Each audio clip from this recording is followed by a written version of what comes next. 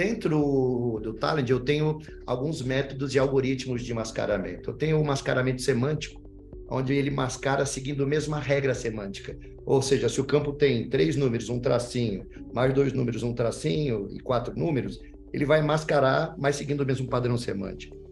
Embaralhamento, ele pega o nome de um registro com o endereço de outro registro, com o e-mail de outro registro, com o telefone de outro. Isso embaralha tudo. Bem legal que todos os dados são reais, mas eles estão misturados e embaralhados entre si. O encryption, que é o criptografia reversível. Você aplica uma chave e ele grava esse campo criptografado.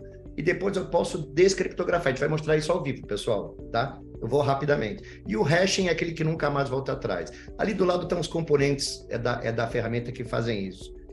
E o que é muito interessante, o mascaramento que a gente pode implementar, né? A gente pode implementar o mascaramento estático, né, que é esse de cima, ali primeiro, o mascaramento dinâmico, né, com uma API buscando e desmascarando na hora, né, e o mascaramento incremental, né, que quando você usa um CDC, por exemplo, e não tem que ficar mascarando a sua base inteira toda vez, né? Então você só o que foi inserted ou updated que você vai mascarar para a nova base. E aí o meu amigo Wilson, vou passar a bola para ele novamente, vai mostrar isso ao vivo agora para vocês, o mascaramento estático, dinâmico e incremental.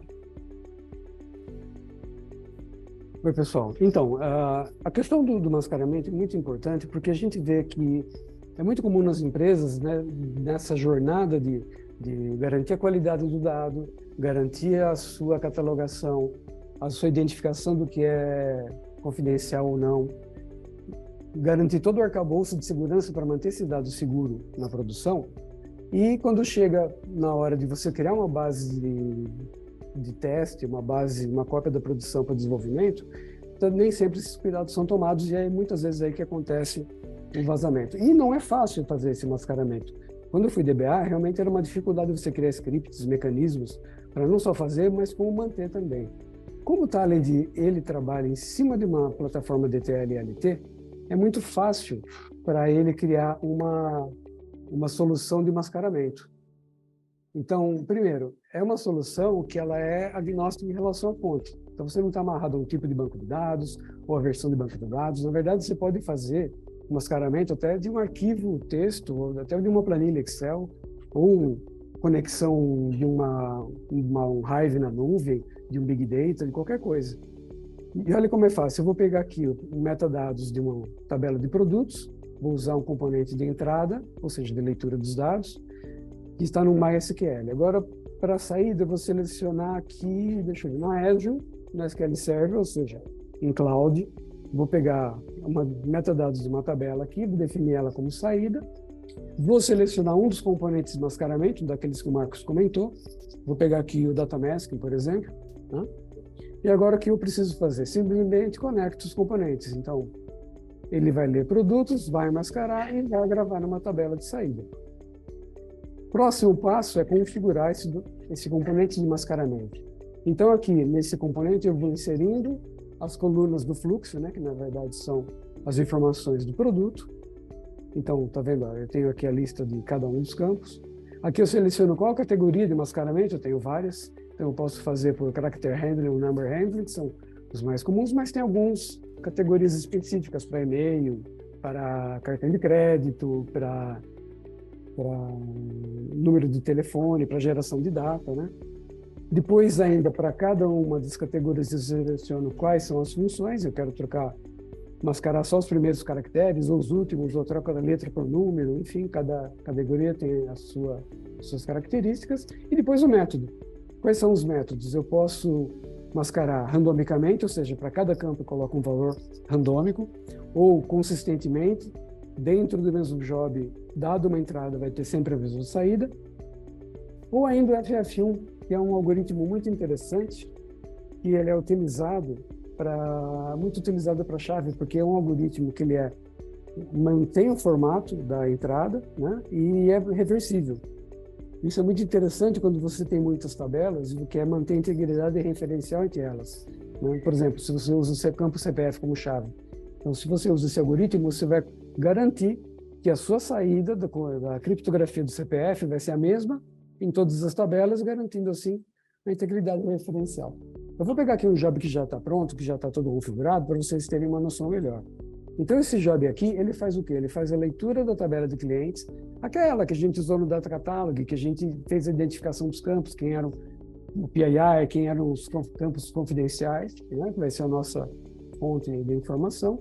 E aqui eu estou usando, olha, os campos que eu defino que são os confidenciais. Estou selecionando aqui todos os algoritmos de mascaramento. Estou usando aqui até um algoritmo especial para e-mail.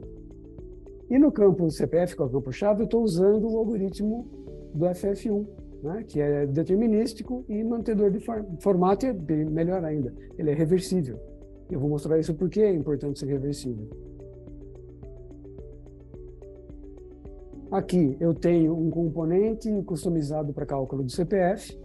Então, claro, sendo uma solução importada, ela não vem com isso nativo, mas nós podemos criar componentes nativos para fazer o mascaramento. Nesse caso, estou usando para calcular o dígito.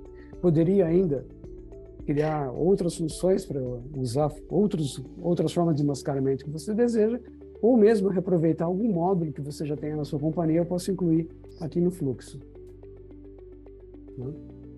Me perdoem, o código não está muito bonito, porque eu não sou um grande desenvolvedor em Java. Aqui, seguindo o fluxo, né, eu vou colocar aqui um eco na console para a gente ver o resultado, né? E finalmente eu vou gravar uma tabela de dados com os dados mascarados, aqui que eu chamei essa tabela de clientes mascarados, por exemplo. Então vamos lá, vou rodar o job. Ele leu a tabela, pronto, já executou. Então aqui eu pedi para o componente mostrar para a gente a linha original e a linha mascarada, para a gente poder comparar cada um dos algoritmos que a gente usou. Então olha só que interessante, deixa eu voltar aqui no começo.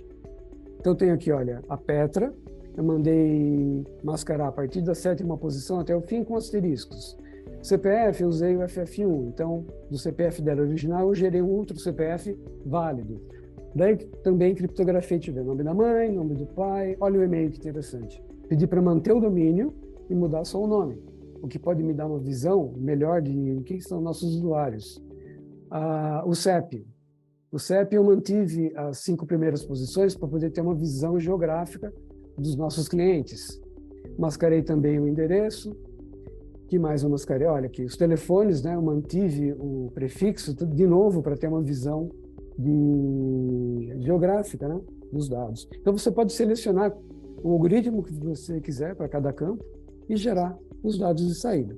Agora, é claro que esse mascaramento é um mascaramento estático. Eu tirei um snapshot da minha tabela de clientes, gerei uma massa estática e assim ela vai permanecer até que eu crie uma nova, né? O grande desafio de manter essas tabelas mascaradas para desenvolvimento é que, com o tempo, elas ficam desatualizadas e você precisa gerar uma nova, recriar os índices, recriar as foreign keys. Como que o Talend pode ajudar o pessoal da infra a manter essa tabela atualizada?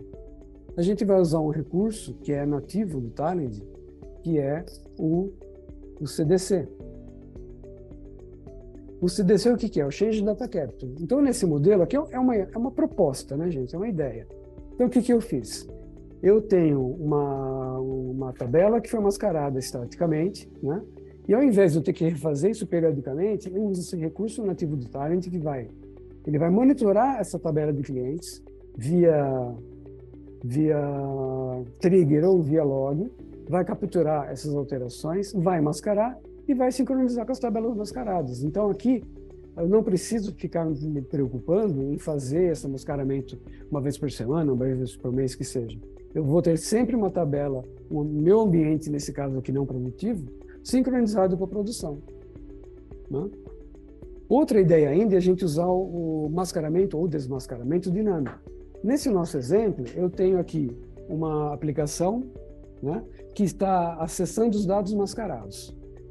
Só que, dependendo do privilégio do usuário, ele pode querer ver os dados reais, né? Então, como eu faço isso? Eu crio um job que vai expor um web service. Então, o que eu vou fazer aqui? Eu vou criar um web service que vai receber um job, como chave, um CPF mascarado, vai desmascarar e vai devolver. Vou executar o job aqui. Então, perceba que aqui eu tenho o endpoint, vou copiar esse endpoint aqui e vou colocar num browser. Claro que aqui é só uma demonstração, né? Na prática, você estaria chamando esse web service de ser uma aplicação. Para testar, eu vou voltar aqui naquele job nosso de mascaramento e vou pegar o CPF da Petra, lembra?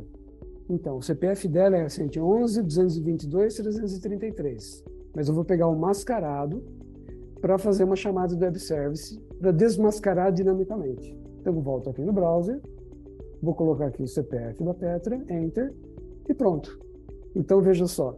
Claro, como eu disse, né, o usuário não vai usar dessa forma, mas aqui vai ser uma chamada de web service embutida na aplicação, e daí você pode ou desmascarar dinamicamente. Daí vai da sua construção, vai da sua necessidade. O importante da mensagem é aqui, nós temos formas de tratar o dado, de proteger a privacidade das informações, atender a LGPD, garantir que os PIIs não sejam expostos, e a gente pode fazer isso de formas distintas, tanto estaticamente, como incremental, como dinamicamente. Ok?